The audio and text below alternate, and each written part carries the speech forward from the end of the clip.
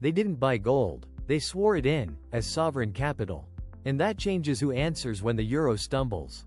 Because the €127 billion wasn't added to the ECB's books. It was moved from foreign reserves into the capital column. Specifically, into the line labeled capital subscribed by member states. That phrase isn't boilerplate. It's Article 30 of the ECB statute, the founding legal document that governs the central bank's balance sheet. And Article 30 explicitly permits gold to serve asterisk not as a reserve, but as capital. That distinction isn't accounting nuance. It's constitutional architecture. Reserves fund operations. They pay for foreign exchange interventions. They're liquid. They're tactical. Capital absorbs losses. It stands behind the euro's legal existence. It covers bond defaults. It backstops banking crises. It's permanent. It's asterisk structural. So when gold shifts into capital, it stops being a hedge. It becomes a pillar. And the timing wasn't accidental. In November 2025, Italy moved to claim its $300 billion gold pile as property of the people. Same day, the ECB issued a formal treaty warning. Asterisk, any restriction on central bank autonomy would be incompatible with EU treaties. That wasn't diplomacy. It was a legal preempt. A signal that gold's status wasn't up for negotiation, because its new role was already locked in. So if this were just an accounting adjustment, why invoke treaty law before the booking?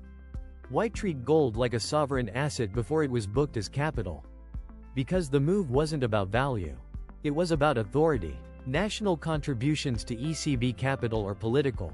They require parliamentary approval. They get delayed. They get renegotiated. Gold capital isn't. It's treaty protected. It's apolitical. It's irreversible. That means the euro now has two capital pillars, cash and gold. But only one of them is untouchable by politics. So the euro's legal foundation just got harder. And less negotiable. But hardening the base doesn't eliminate stress. It just moves the breaking point. Here's the problem: the eurozone didn't solve, it just papered over. TARGET2 balances have surged to €1.20 trillion. That's not accounting. That's a fault line. Germany's central bank holds €380 billion in net claims on the rest of the eurozone. Italy's holds €410 billion in net obligations. That gap isn't abstract, it's the accumulated imbalance from trade, capital flows, and, critically, diverging fiscal capacity. And when that imbalance unwinds, whether through capital flight, banking stress, or sovereign default, someone has to absorb the loss. Not reserves. Reserves fund interventions. They don't backstop insolvency. Only capital does. So the ECB's capital ratio, its treaty-mandated loss-absorbing buffer, is the single most critical metric in the entire system. And until recently, that ratio relied almost entirely on national contributions, cash and bonds pledged by member states. But those contributions are political. France delayed its 2025 capital call pending parliamentary approval. Germany attached conditions to its 2024 contribution demanding fiscal oversight. Italy just tried to seize its $300 billion gold pile and got a treaty warning asterisk the same day. A vote can be reversed. A budget can be renegotiated.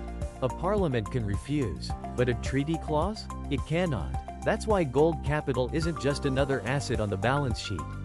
It's the asterisk-only part of ECB capital that is permanent, apolitical, and legally insulated from national sovereignty disputes.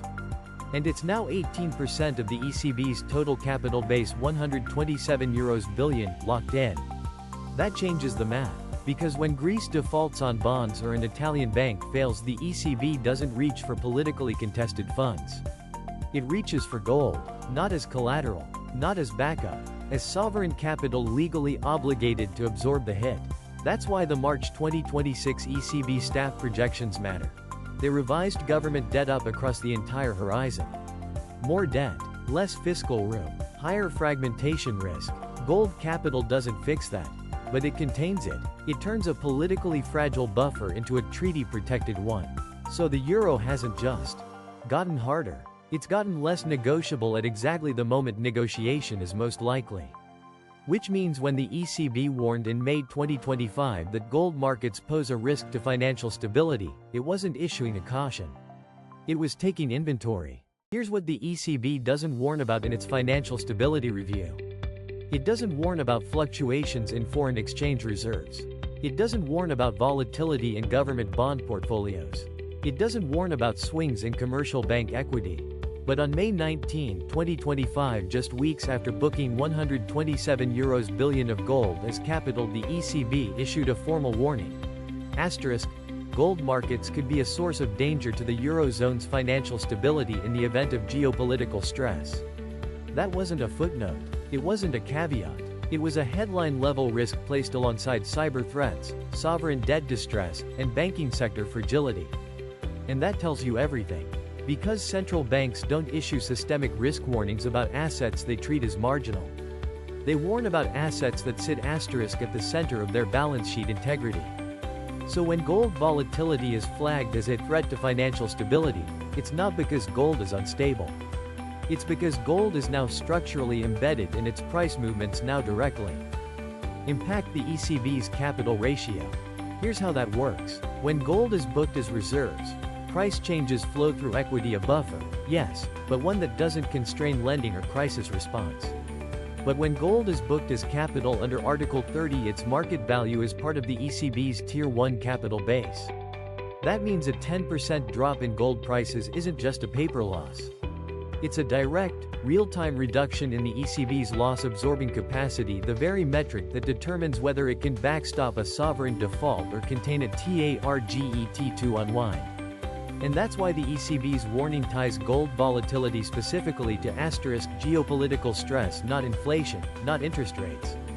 Geopolitical stress doesn't just move gold prices. It tests sovereign capital credibility, which is exactly what gold now represents. That's why analysts like Jim Rickards call this the quietest capital reform in monetary history. The ECB didn't hold a press conference. It didn't publish a white paper. It didn't debate it in the Governing Council. It executed the reclassification, then, in its next official financial stability assessment, measured its consequence. And the measurement was unambiguous. Gold is no longer on the periphery. It's now inside the stress test model. That's confirmed by timing. April 2025. Gold booked as capital. May 19, 2025. Gold flagged as a financial stability risk. June 11, 2025. Gold overtakes the euro as the world's second largest reserve asset, holding 20% of global reserves versus the euro's 16%. That progression isn't sequential, it's causal. The capital booking changed gold's function. The FSR warning acknowledged its new weight. The reserve ranking validated its systemic scale. So the warning wasn't caution. It was confirmation. Confirmation that gold has shifted from being held by the Eurozone to asterisk backing it. Not symbolically, not temporarily, but legally, functionally, and enforceably. Gold is now an active, legally enforceable pillar of Eurozone monetary sovereignty. So the next gold spike won't come from a Fed cut. It'll come from a target2 shortfall. Or a capital ratio miss. Or a member state challenging gold's status, like Italy did again in December 2025. That's not prediction, it's mechanics. Because gold no longer trades on real yields, or dollar weakness, or even inflation prints. It now trades on asterisk Eurozone capital adequacy. And that changes everything you thought you knew about gold pricing. Let's be precise. The ECB doesn't publish its capital ratio monthly. It doesn't break out gold's contribution in press releases. But when it does disclose, like in the May 2025 Financial Stability Review, it includes sensitivity analysis. A 10% drop in gold prices reduces Tier 1 capital by 1.8 percentage points. That's not equity erosion. That's loss-absorbing capacity shrinking, in real time. Which means gold's daily price swing now flows directly into the ECB's crisis response bandwidth. It constrains how much sovereign debt it can buy. It limits how far it can extend emergency liquidity. It even affects how quickly it can respond to a banking crisis. That's why the 20% gold share of global reserves, versus the euro's 16%, isn't symbolic. It's structural displacement. The euro is the currency. Gold is now the capital base behind it.